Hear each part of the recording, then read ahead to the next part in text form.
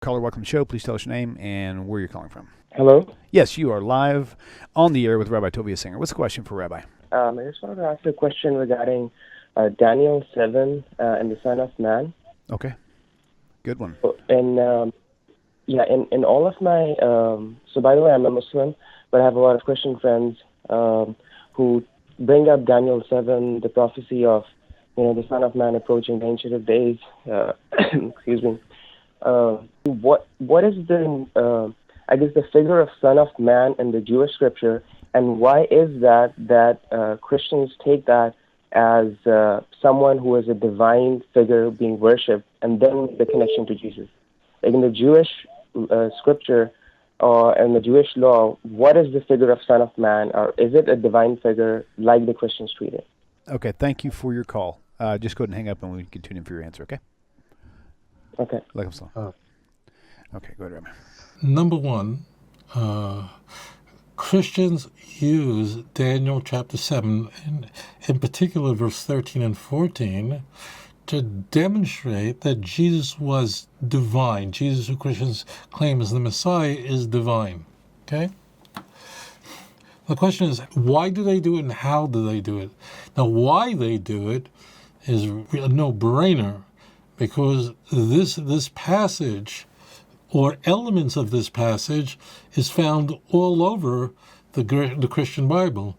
In fact, I'm not off by much, but Jesus being referred to as the Son of Man, or himself speaking of himself as the Son of Man, is mentioned in the Christian Bible somewhere between 80 and 90 times. Okay, I don't know the number. I'm not sitting here counting it, but it's in that range. This is a little bit more complicated. It's beyond the scope of the show, but in fact, in the way the Son of Man is portrayed in the Gospels is in a number of different ways. As Jesus saying he has no place to put his head and that he's suffering, whereas referring to the Son of Man coming as king and ruler, they're different, and sometimes Jesus speaking of himself in the first person as portrayed in the Gospels, and sometimes in the third person. It's really a much more complicated subject, but I'm going to abandon any attempt to use this time to address that. The point is, the reason why Christians would do it, number one, is because the Christian Bible does it. The Christian Bible appeals to these passages in Daniel chapter 7 more than any other passage in the Jewish scriptures. So therefore, it's a no-brainer why Christians will do it. They're taking other passages like Psalm 22, 17 or 16, they pierced my hands and my feet. That's nowhere found in the Christian Bible. This one is. So it's understandable why Christians would be all over this. Of course, the genre of language used in Daniel chapter 7 is apocalyptic, and it's the kind of language, that's a genre of literature. The word apocalypse means revelation, but the genre of language employed in Daniel 7 is never used today. No one talks this way. No one writes this way.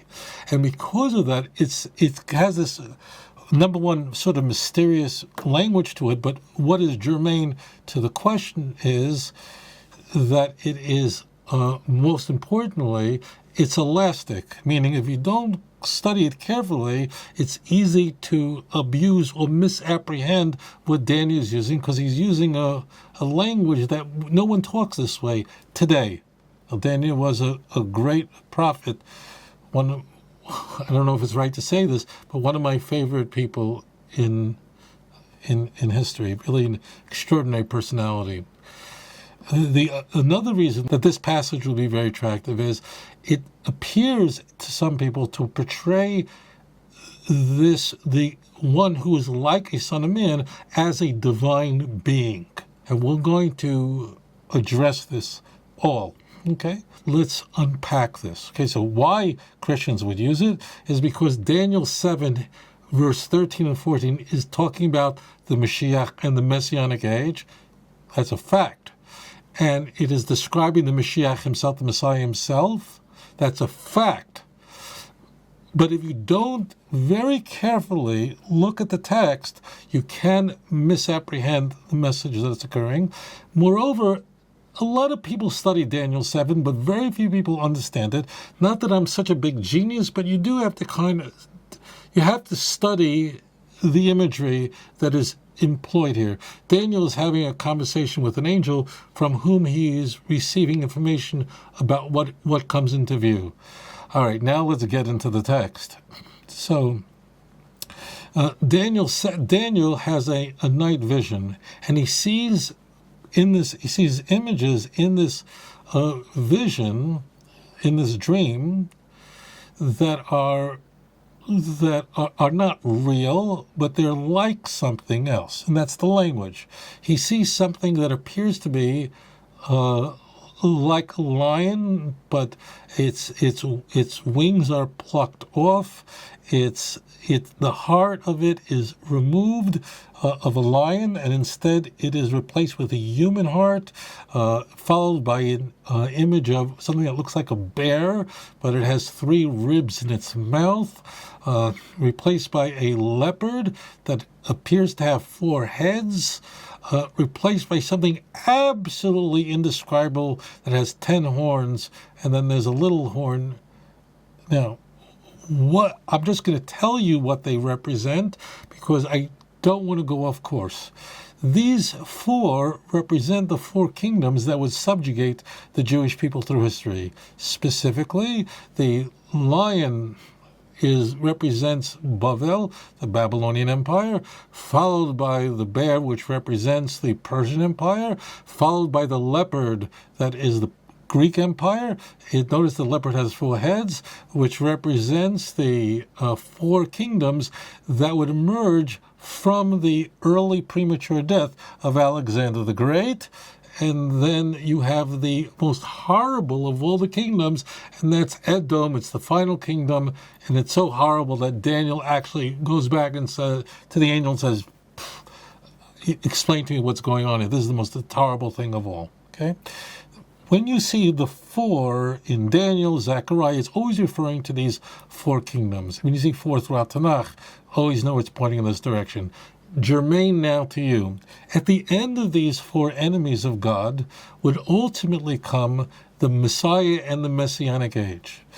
Just as a footnote here, Daniel 7 is in Aramaic. Not only is Daniel 7 in Aramaic, but from almost the beginning of chapter 2 of Daniel, all the way to the end of chapter 7 is in the Aramaic language. Why? Because it says so. The following is going to be in Aramaic. Why? Not germane to this show. But the key is Aramaic. This is Daniel 7 is written in the Aramaic language, and the book of Daniel is going to revert back to Hebrew following the next chapter in chapter 8. Here is what happens in verse 13. Chazeh, he saw Vahabas bechezvei laila. He saw in a night vision. And what did he witness? That one, like a son of man, coming with the clouds of heaven. Now, why is he saying like the son of man? Why do you say a son of man? Because everything in this whole chapter has been like. It means it's like a lion, like a bear. It's not a bear, and leopards don't have 4 heads, so it's like.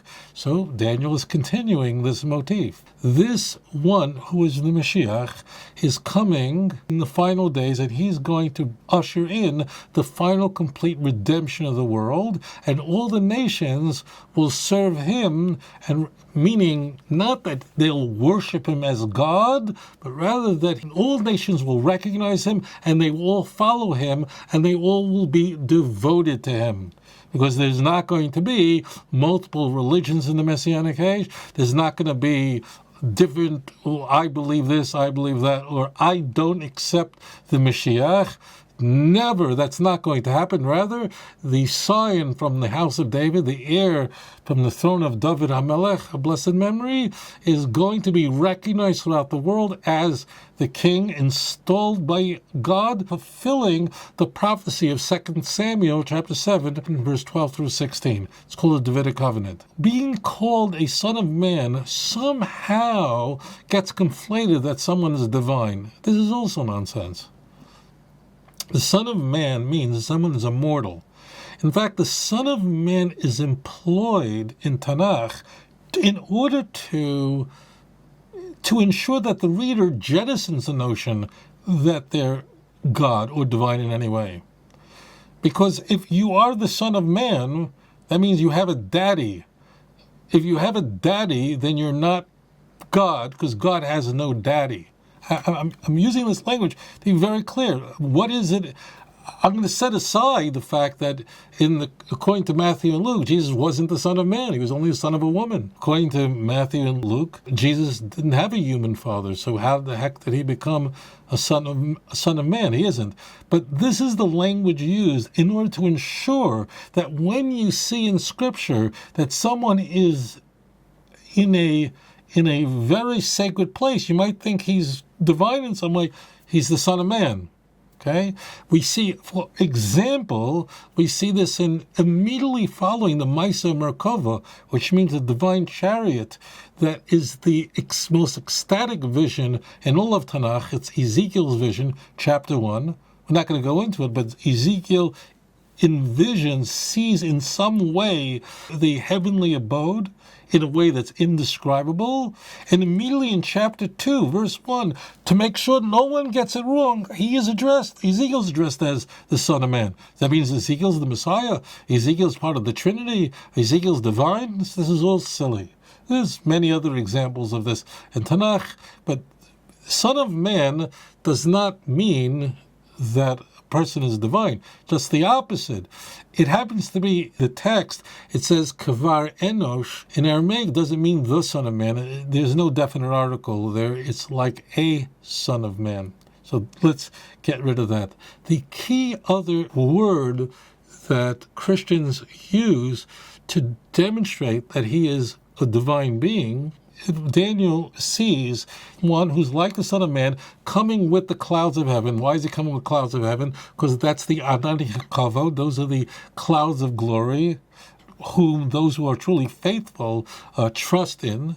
There you're going to chapter 7, verse 14. V'lei yehiv shalton, and to him is given sovereignty. That means if you're given something, it means you don't have it, and God is giving it to you. If you had it, no one has to give it to you. To him, the Mashiach, is given authority, and he is given kingship and honor among all the nations. Uleshanayo le yiflechun. Those are the key words. All these nations are going to, yiflechun means will serve him. But what Christians do here, now most Christians don't know this, and wouldn't know the word yiflechun, it fell them over the head. I know that sounded derogatory. I didn't mean it that way, but the percentage of Christians that understand Aramaic is, there's only some professors at universities. So this is the key word. The key word here does not mean to worship. It means to serve. Now, it can be used to worship God, just like in the English language. Let's make this really simple. The word means to serve. Now, I could say that I serve my wife. I serve her. I take care of her. I'm a good husband. I can also say I serve God. It's the same word, but depending on the context, will depend on what is meant by it. What Christians are asserting is bogus, is nonsense. And they're asserting that word, yivlechun or folchen, this word can only mean worshiping God and only the divine. Got it? And they're going to sometimes point to the Septuagint's rendering, and Septuagint isn't even relevant because the Septuagint has nothing to do with the learned men that, of the original Septuagint 2,200 years ago, because that was only the 5 books of Moses. So this word, Yiflechun, just means to serve. That's what it means. It's a very important word, but it doesn't necessarily mean that you're serving someone who is divine.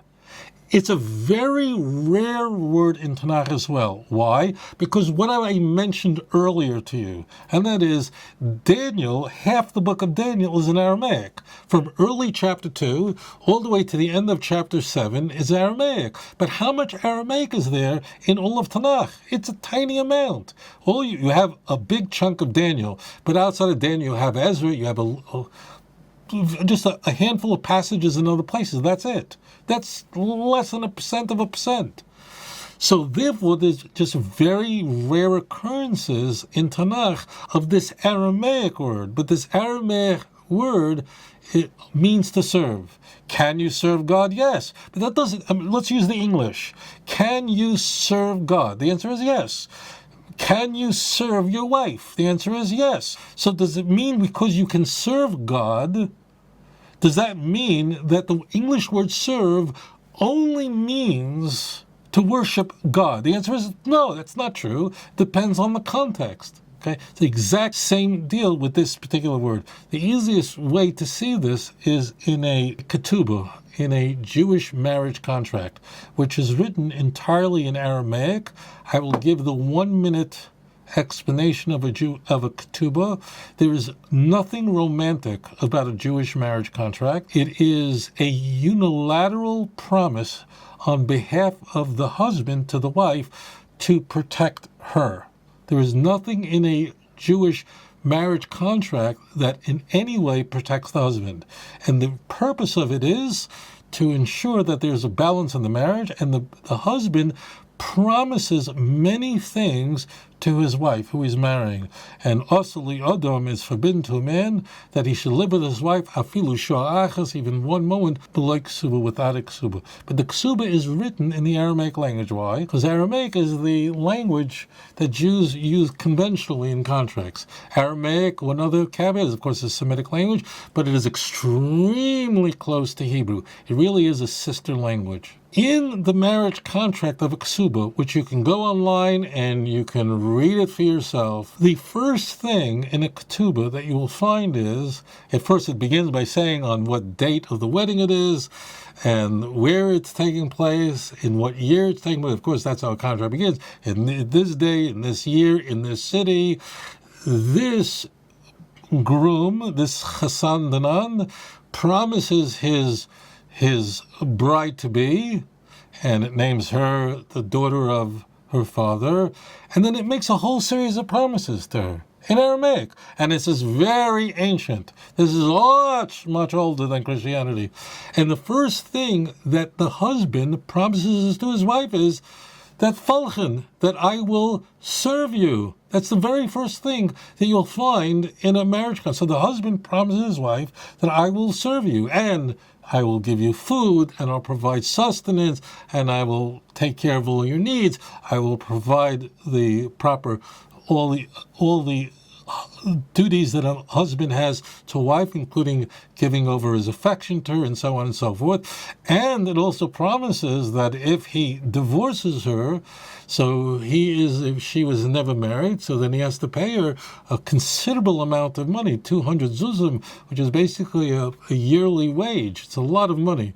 And that would dissuade any man from quickly divorcing his wife, because he would think about it 300 times in the middle of a fight. He would divorce her. If he would give her a bill of divorcement, he better think about it and not get too angry and just shut his mouth and think about it and warm up and just make up and not do it. So, but what is germane is, in the ketubah, the exact same word as Daniel 7 verse 14 is employed.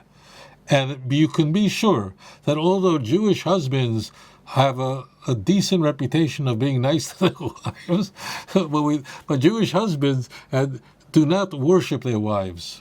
Okay? They don't think their wives are God. They may think their wives are terrific, they're fantastic, the best thing that ever happened to them. But they're not promising that I'm going to worship you. They are promising that I'm going to serve you, that I'm going to take care of you. And that's what that word means. The word does not mean to worship. Now, again, here's the word game. I must do this because everyone's going to get confused. This is not rocket science. It's the same as in the English language. You could say to serve God. The word falchen can be used to serve God, and we find that in Tanakh. But the assertion that Christians make that that word can only mean worship as in worshiping God is a lie. It's not true. Scholars of the Aramaic language all know this, but this it does sound to those who are not conversant in Aramaic what might sound like an impressive argument. Here, openly, Daniel is saying that all the nations are going to worship the Messiah as though he's God. The answer is, that's nonsense. It means they're going to serve him because he is going to be the Davidic king of the house of David, and no nation will rebel against him, but everyone will recognize that he is the duly appointed king that God has set in his place, restoring the Davidic house that is promised back in Tanakh. There is nothing divine about this. Moreover, if you look at the text in Daniel 7:14, it's saying that God is giving to him all these things. If you give something to somebody, it's very clear they don't have it, and God is giving you what they don't have. So that's the very clear answer, and that's how you should respond. And I thank you, my dear cousin, for asking such an insightful question. Adon olam asher malach בטרם כל יציר נברא לעת נעשה בחפצו כל אזי מלך שמו נקרא ואחרי ככלות הכל לבדו ימלוך נורא והוא היה